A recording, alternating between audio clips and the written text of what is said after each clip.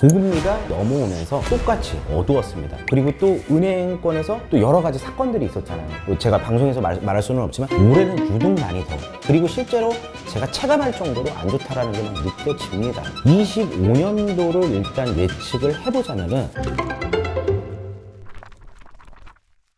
안녕하세요, 빌딩지연쌤입니다. 안녕하세요, 서현웅 마스터입니다. 오랜만에 Q&A로 돌아왔습니다. 저희 커뮤니티 글에 질문을 많이 남겨주셨어요. 아무래도 요즘 시국이 좀 이렇게 어수선하잖아요. 나라 경제가 저는 너무 걱정이 됩니다. 12월이기도 하고 그동안 어땠는지 이런 것도 얘기 드리면서 Q&A 시간을 준비했습니다. 네, 자 그럼 Q&A 한번 들어가 보도록 하겠습니다. 우엉이님께서 남겨주셨어요. 두 가지 질문을 주셨네요. 첫 번째, 토지는 개인이 소유하고 건물은 법인이 가지고 있으면서 건물 임대료를 받아서 땅 임대료를 개인에게 지불해도 되는지, 그리고 두 번째 질문은 자기 건물 앞 전봇대가 있을 경우 이동시킬 수 있나요? 알고 있기에는 자기 건물 내에서만 이동 가능하다고 알고 있는데 이게 맞는지 궁금합니다. 남겨주셨습니다. 첫 번째 질문에 대해서 일단 답변을 좀 드릴게요. 예를 들어서 신사동 땅 저만 갖고 있어요. 제 명의로. 건물은 이제 진영쌤 법인에서 건물을 갖고 있어요. 그러면은 예를 들어서 임차를 우리가 계약을 했어요. 임차 계약을 할 때 건물하고 이제 임대 계약을 하게 되잖아요. 땅하고 이제 임대 계약을 하는 건 아니니까. 그래서 임대차 계약을 맺게 됐습니다. 그러면은 뭐 임대료를 예를 들어서 4천만 원을 받았어. 4천만 원을 받아서 토지 주인 저한테 땅 사용료로 해서 임대료를 또 줄 수가 있겠죠. 그럼 또 거기에 맞게 또 임대차 계약을 또 작성을 해야겠죠. 그럼 정상적으로 소득 신고를 해주시고 세금을 내면 됩니다. 결론은 이제 가능하다인데, 임차인이 건물 임대하면서 토지와 건물 소유주가 다른데 그러면 이거를 임대료를 어디에 지불해야 될까, 이런 것도 좀 궁금하실 건데요. 임차인은 건물을 사용하는 거기 때문에 건물주에게 임대료를 지불해 주시면 되시고, 건물주는 토지를 사용하기 때문에 그 토지 사용료를 협의하셔가지고 하셔도 되고, 보통 근데 이런 경우가 많지는 않아요. 가족인 경우가 많아서 맞아요. 가족인 경우에는 크게 뭐 지불하지 않고도 하는 경우가 있습니다. 그리고 두 번째, 전봇대는요, 내 땅 경계선부터 경계선까지 안에서 이동이 가능합니다. 우리가 이제 전봇대도 있지만 통신선도 있어요. 그거는 좀 쉽게 이동을 할 수가 있어요. 전봇대 같은 경우는 이제 한전에 이제 신청을 해서 이제 이거를 갖다가 이동을 해야 되는데, 그거를 꼭 체크를 해보셔야 됩니다. 전선이 이제 두꺼운지 혹은 방호방 같은 게 노란색이 씌어져 있는지 이거를 보셔야 돼요. 만약에 그게 씌어져 있다, 그 전선이 굵다, 그러면 옮기는데 좀 애로사항이 있습니다. 그리고 옮기는 범위는 내 땅 안에서만. 질문 주셨던 거에 답이 이미 있어요. 그리고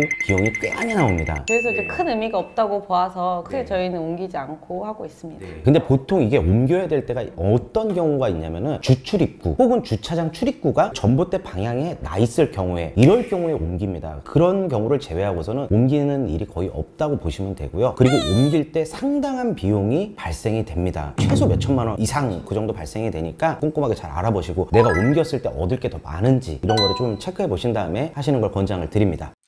자, 두 번째 질문 유동호 님께서 남겨주셨어요. 사업용 부동산의 공실률 감소 추세가 지속될 경우 임대 수익률의 상한선은 어디까지 기대할 수 있나요? 라고 질문을 남겨주셨어요. 질문을 제가 죄송한데 조금 이해를 잘 못했습니다. 공실률 감소가 지속될 경우 임대료 상한은 어디까지 되겠냐, 무슨 말씀인지 잘 모르겠습니다. 공실률이 많이 늘어나고 있는 건 사실입니다. 왜 그러냐면은 진짜 요즘 저희도 체감하기에 경기가 너무 안 좋습니다. 불과 1년 전만 하더라도 신사동으로 사옥을 이전식을 하면서 연말 그 모임 자리가 굉장히 많이 잡혔었어요. 분위기가 너무 다른 것 같아요. 분위기가 올해 같은 경우는 뉴스에 계속 나오는 그런 탄핵 얘기 말고도 그 전부터 이미 경기가 자영업자가 안 좋다, 이런 얘기들이 너무 많이 나왔었습니다. 장사가 돼야 뭐 돈을 벌어서 임대료도 내고 뭐 돈도 벌고 하는 거잖아요. 그렇죠? 근데 중요한 거는 장사가 안 되니까 자영업자들도 문을 닫을 수밖에 없고, 그럼 공실이 날 수밖에 없고, 아무튼 이렇게 공실률이 증가하는 건 사실입니다. 그리고 시중에 돈이 풀리기 전까지는 지속이 될 거라고는 봐요. 근데 여기에서 이제 임대료 상한이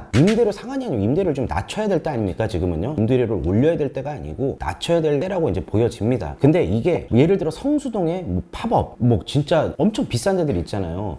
핫한 메인에서는 이 임대료를 막 상한시킬 수 있겠죠. 올릴 수 있겠죠. 하지만 그런 곳들을 제외한 모든 곳들은 조금 낮춰져서 임차인이 조금 버틸 수 있게, 상생할 수 있는 그런 관계로 갈 수 있게 만들어줘야 되지 않나 싶어요. 보통 이제 임대인 같은 경우에는 매년 5% 인상할 수 있다 해서, 좋은 경기면 당연히 5%씩 인상할 수 있겠지만 그렇지 않은 지금 같은 분위기에는 올리기보다는 그대로 유지하는 게 좋을 것 같고, 임대료 계산하실 때 금액을 조금 낮춰서 임대를 놓으신다면 빨리 나가지 않을까 생각을 합니다. 합니다. 임차인도 어찌됐든 한 가족이에요. 우리 건물을 사용해 주시고 임대료도 이렇게 내주시고 그리고 임대인은 그 돈 받아서 이자도 내고 뭐 남는 돈 갖고 생활도 하시고 서로 상생관계입니다. 서로 도와줘야 되는 관계예요. 지금은 정말 임대인이건 임차인이건 정말 어려운 시기입니다. 임차인분도 장사 잘 돼서 혹은 사업 잘 돼서 임대료 밀리시면 안 되고 그리고 임대인분도 뭐 임대료라든지 뭐 이런 것들에 대해서 조금 배려도 좀 해주시고 저는 그래야 될 시기가 아닌가 하는 생각입니다. 아 진짜 아우 이렇게 힘든 건 진짜 네 처음 봅니다 진짜. 자, 세 번째 질문 갈게요. 결환님께서 남겨주셨어요. 브이로그를 보니 여행을 자주 다니시는데 두 분의 MBTI가 궁금합니다. 여행 스타일이 달라서 싸우신 경우는 없는지, 싸웠으면 어떻게 화해하시는지 궁금해요. 우선 MBTI를 말씀을 드리자면은 저는 ESFJ입니다. ESFJ. 집행관인가 집정관인가 뭐 그걸로 나오는데 저는 아직도 MBTI 세계를 잘 모릅니다. 저는 ISTJ입니다. 두 개가 같아요. 아, 같아요? 네네. 네.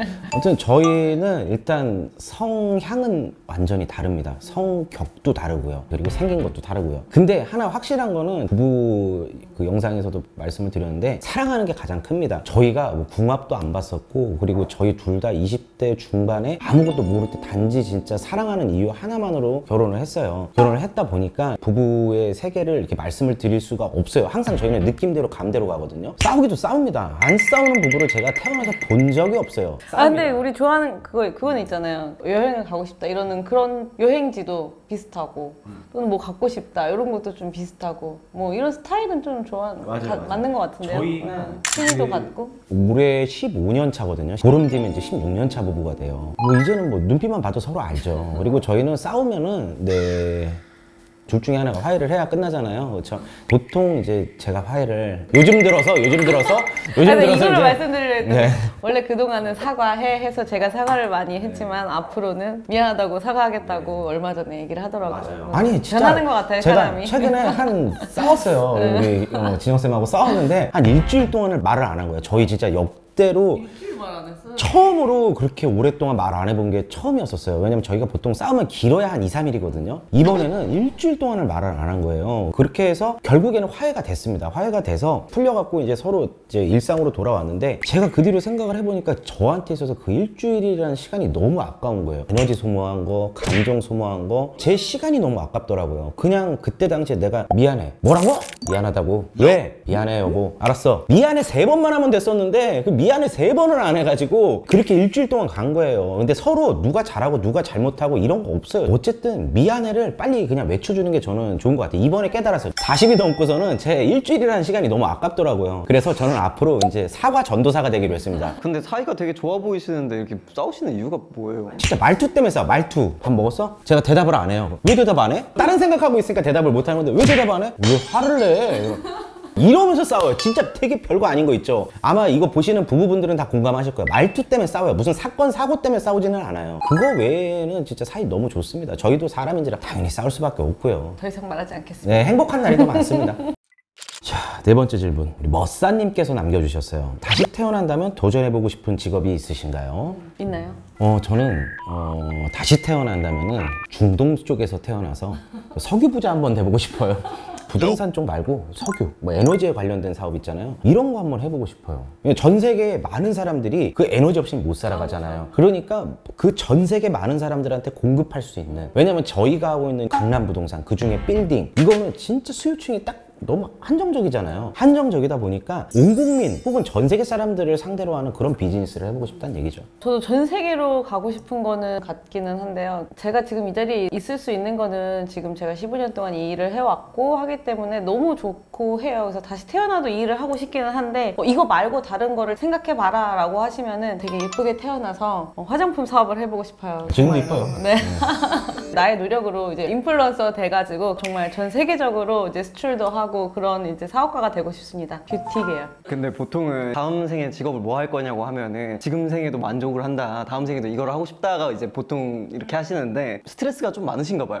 스트레스 당연히 있죠. 삼성 이재용 회장님도 스트레스 있을 거라고 당연히 생각하고 SK 최태원 회장님도 당연히 스트레스가 있을 거라 생각해요. 저희 일이 진짜 스트레스 많이 받는 일이기도 하지만은 또 그걸 해결하면 그 또 스트레스 해소가 되기 때문에 맞아요. 스트레스 없는 일은 없다고 생각합니다. 스트레스 받는 거 대비 보람이 굉장히 커요, 저희 일이. 왜냐면 아무나 할 수 있는 일이 아니잖아요. 그럼 주로 보람은 어디서 좀 느끼세요? 이 일을 하시면서? 성과가 났을 때 가장 보람을 느낍니다. 크게 세 가지로 나뉩니다. 처음에 이제 땅을 싸게 매입했을 때 그때 진짜 희열을 느끼고요. 두 번째, 이 건물이 다 지어졌을 때 와, 째집니다, 이때는. 그리고 세 번째, 이 건물이 팔렸을 때 와, 그땐 감격에 눈물이 납니다. 예. 자, 다음 거 가볼게요. 닉네임 무님께서 남겨주셨어요. 24년 빌딩 시장은 어땠고 앞으로 다가올 25년 빌딩 시장은 어떻게 예측하시나요? 라고 이제 질문을 주셨어요. 24년 빌딩 시장 분기를 4개로 나눠서 1분기, 2분기, 3분기, 4분기로 이제 말씀을 드려볼게요. 1분기 때는요, 고금리가 넘어오면서 똑같이 어두웠습니다. 하지만 저희 빌딩 진영쌤에서는 좋았어요. 물건을 잡기가 좋습니다. 저희는 고금리거나 경기가 어려우면은 그때 당시에 버티지 못하고 나오는 물건들, 그런 시행부지를 잡아서 사업의 스타트로서는 되게 좋습니다. 그래서 빌딩 시장은 그때 당시에는 암흑이었지만 저희 빌딩 진영쌤에서는 1분기에는 물건을 잡기가 좋았다. 거래도 많이 했어요. 급매물이 많이 나왔던 시기여서 1, 2, 3월 추웠었어요. 올해 했던 총 거래량의 절반을 그때 당시에 다 했죠. 그리고 2분기 이제 거래가 풀리기 시작합니다. 사람들이 이제 받아들였어요. 그 고금리 시기 때 그 받던 4% 이자를 받아들였던 거예요. 그거를 기준으로 해서 이제 거래가 일어나기 시작했죠. 그렇기 때문에 이제 급매물도 안 나오죠. 또, 예, 거래량이 많아지니까. 그리고 3분기 들어서 반짝 정부에서 규제를 풀어줬습니다. 그 대출 이율도 잠깐 내려갔었죠. 그때 당시에 3% 중반도 막 나오고 그랬기 때문에요. 그때 당시에 기준금리가 3.5에서 떨어지지 않은 상황에서 은행 대출이자가 3.6이 나왔었어요. 그러면서 그 3분기 7, 8, 9월 달에 호황을 맞습니다. 아파트도 거래가 엄청나게 많이 됐고요. 빌딩 시장도 덩달아 엄청나게 많은 거래가 됐습니다. 그리고 저희는 23년도 하반기, 24년도 상반기에 거래했던 것들을 이때부터 이제 잔금을 치르고 새로운 공사 준비를 하게 됐죠. 그리고 이제 24년 지금 현재 4분기 정부에서 갑자기 이제 또 대출 규제를 하기 시작합니다. 근데 재밌는 게 이때는 미국에서 기준금리가 2번 내려갔고요. 우리나라도 2번 기준금리가 내려갔어요. 네, 내려갔는데도 불구하고 시중에서 나가는 금리는 오히려 더 올랐어요. 지금 4분기 같은 경우는 암흑기라고 봐야 됩니다. 어찌됐든 부동산은 대출하고 직결이잖아요. 그리고 규제하고 직결이기 때문에 상업용 부동산에 규제가 들어온 건 아니었습니다. 하지만 금리가 문제였고요. 두 번째는 정말 빠른 속도로 은행에서 대출 한도가 빨리 끝나버렸어요. 예산이 이제 다 써지기 때문에 은행에서는 이제 조심하게 되죠. 그러니까 예산을 다 썼으니까 나갈 대출이 없죠. 금리는 올라갔죠. 그러니까 완전 암흑기예요. 누가 거래를 하겠어? 내가 물건을 봤어. 마음에 들어. 이거 할게요 하고 하기 전에 이제 은행에 물어보잖아요. 이거 대출 나옵니까? 대출을 안 해주겠대. 그럼 어떻게? 못 사는 거잖아요. 지금 그런 상황이에요, 딱. 그리고 또 은행권에서 또 여러 가지 사건들이 있었잖아요. 뭐 제가 방송에서 말할 수는 없지만 그런 사건들에 의해서 은행권이 굉장히 보수적으로 바뀌어 버렸어요. 거기에다가 지금 마지막 파이널 탄핵. 불과 몇 주 안 된 것 같은데도 너무 진짜 너무 어수선한 것 같아요. 네. 지금 은행에 대해서만 제가 말씀을 드렸었는데 문제는 그 전에 경제, 경기가 안 좋다. 이게 가장 크잖아요. 망하는 데들도 많고 힘든 사람들 많고 주변에서 좋다는 사람을 제가 오래 본 적이 없어요. 근데 그거 아세요? 23년도, 21년도, 20년도 막 이렇게 시장이 좋을 때도 좋다는 얘기 한 사람도 못 봤고요. 맨날 안 좋다, 힘들다 이런 사람들을 많이 봤는데 올해는 유독 많이 더.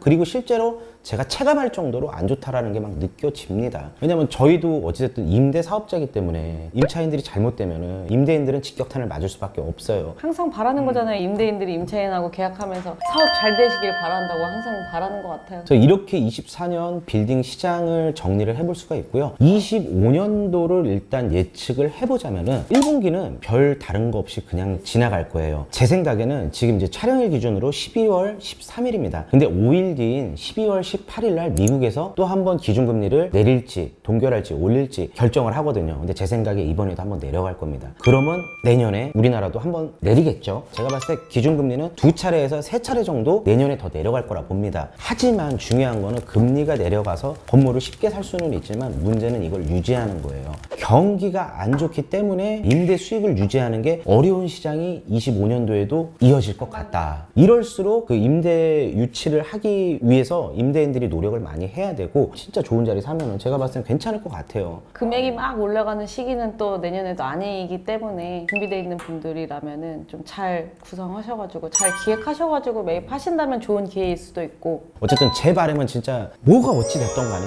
경기가 빨리 좋아지길 바라는 바입니다. 코로나 때보다 더 안 좋은 상황인 것 같기는 해요. 금리가 떨어졌다, 부동산 규제가 풀렸다, 사람들이 요즘 부동산에 관심이 없습니다. 대출이 안 좋을 겁니다. 투자의 최고의 시점 두 가지 측면에서 말씀을 드리고 싶어요.